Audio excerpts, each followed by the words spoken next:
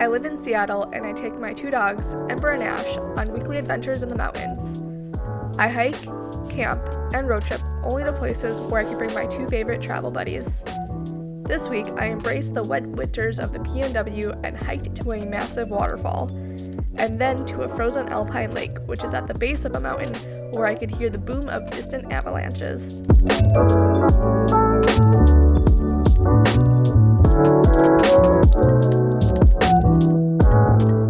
Hello, welcome back.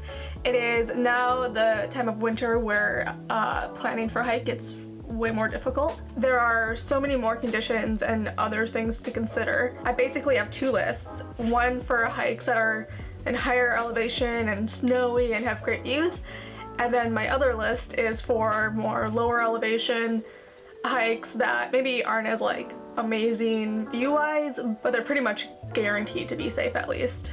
The week that I did this hike is forecasted to be rainy, overcast, snowy in some parts, and overall just not great conditions. And worse yet, it was also forecasted to have enough avalanche risk that I'm uncomfortable with. So the easy choice was to stick to a non-snowy lower elevation hike. Bridal Veil Falls is one of my go-to winter hikes just because it is safe and accessible year-round, and there's even more water that comes down the falls in winter, so you get this bigger, more rushing waterfall that's just cooler to see anyway. Because there's more water coming down, it also means you're going to get very, very wet on it. I've done the hike up to Bridal Veil Falls a couple of times already, but I've never actually taken the other part of the trail up to Lake Serene. Somehow I've just never done it, not sure why. So I thought this week would be the perfect opportunity to change that. So here you go, enjoy! I don't like to eat much when I'm doing a day hike, so I load up on a hefty breakfast. It holds me over until I could stop for a grease feast post-hike.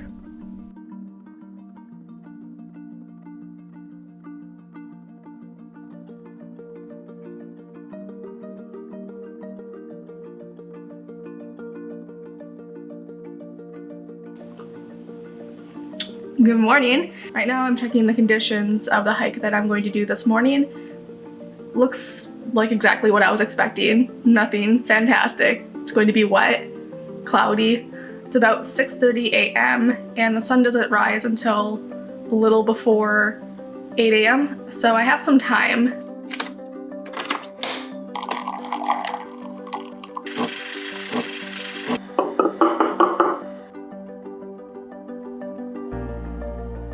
I do know there will be snow, and I can't find my spikes anywhere, so I'm hoping that having a pole will be enough. I'm still gonna at least do the falls, and then I'm gonna attempt Lake Serene, but if it just gets too slippery, I'm gonna turn around. So yeah, that's my plan for today. I'll probably head out in the next 30 minutes. We should get to the trail at about maybe 8:30-ish.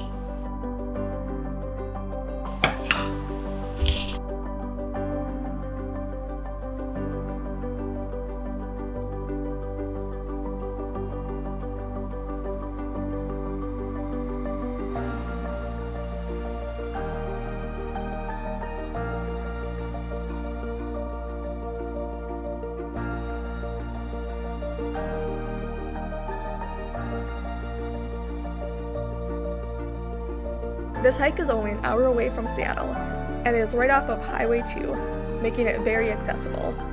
And that means it also gets very busy.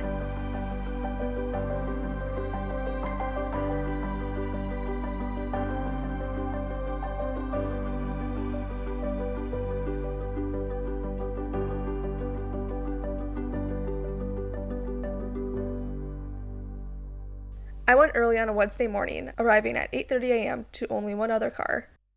When I got back around 4 p.m., there was maybe 1 to 2 dozen, but still plenty of parking space.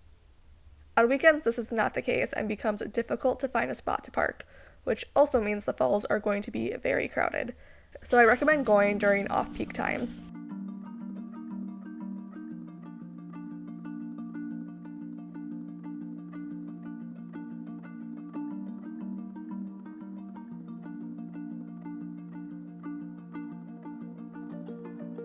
The beginning of the trail is an old logging road, so it's pretty flat.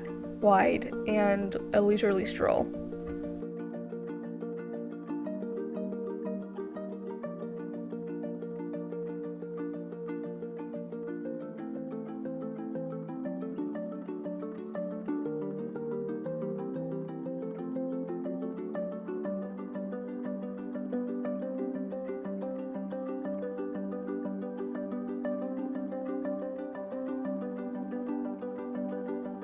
After a little over a mile, there's a fork in the trail with a sign pointing to either Bridal Veil Falls or Lake Serene. I opted for the falls first, knowing that I had the chance to have them to myself before others were likely to start coming in.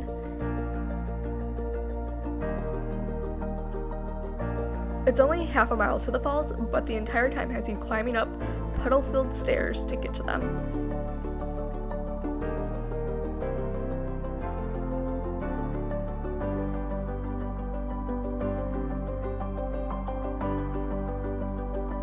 It didn't take me long before I was at the falls, hearing its booming roar of the water hitting the rocks and rushing down the mountain.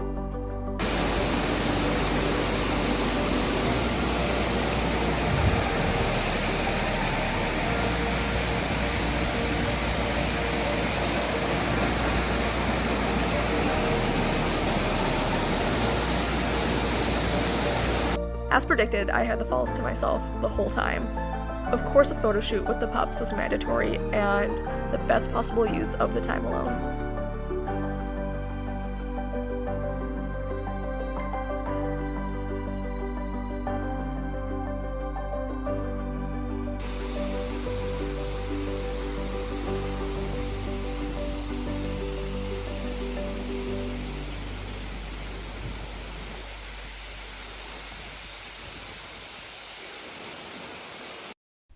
As I hiked back down to the fork, I started passing people on their way up. From the fork, it's 2 miles up to Lake Serene. Those 2 miles gain 2,000 feet.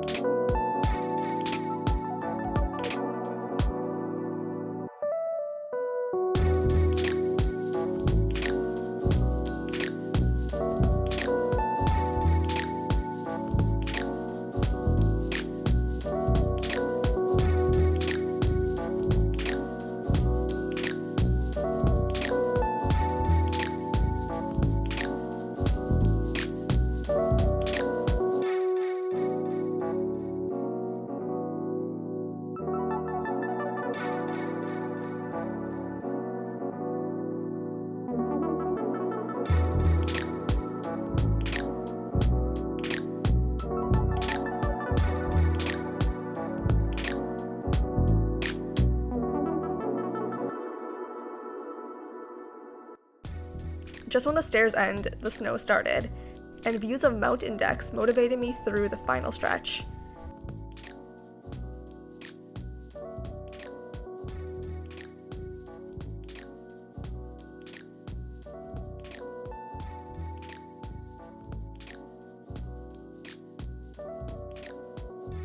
After 15 more minutes of slogging through the slush, I arrived at Lake Serene.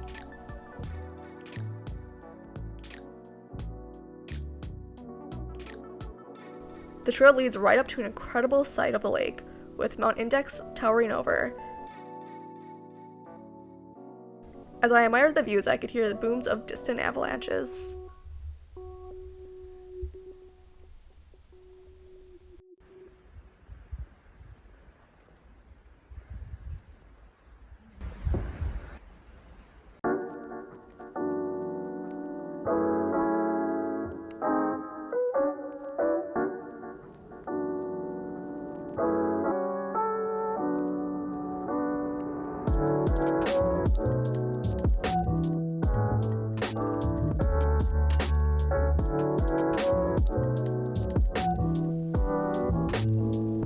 On the way back to the trailhead, it started to rain heavily, getting me completely drenched before I made it back to my car.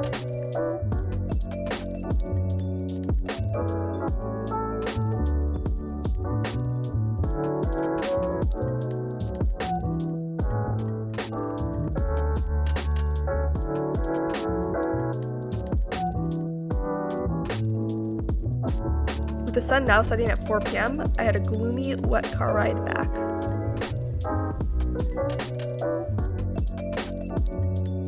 One of the best things about Washington is that there's a whole mess of trails that are still accessible throughout winter, and there's a good amount of those that remain completely snow-free. So my next hike is also going to be another basically snow-free one right on the Sound, and I'm hoping that conditions clear up soon enough where I can do some snowshoeing. Until then, like, subscribe, do all the things, and I'll see you next week. Bye!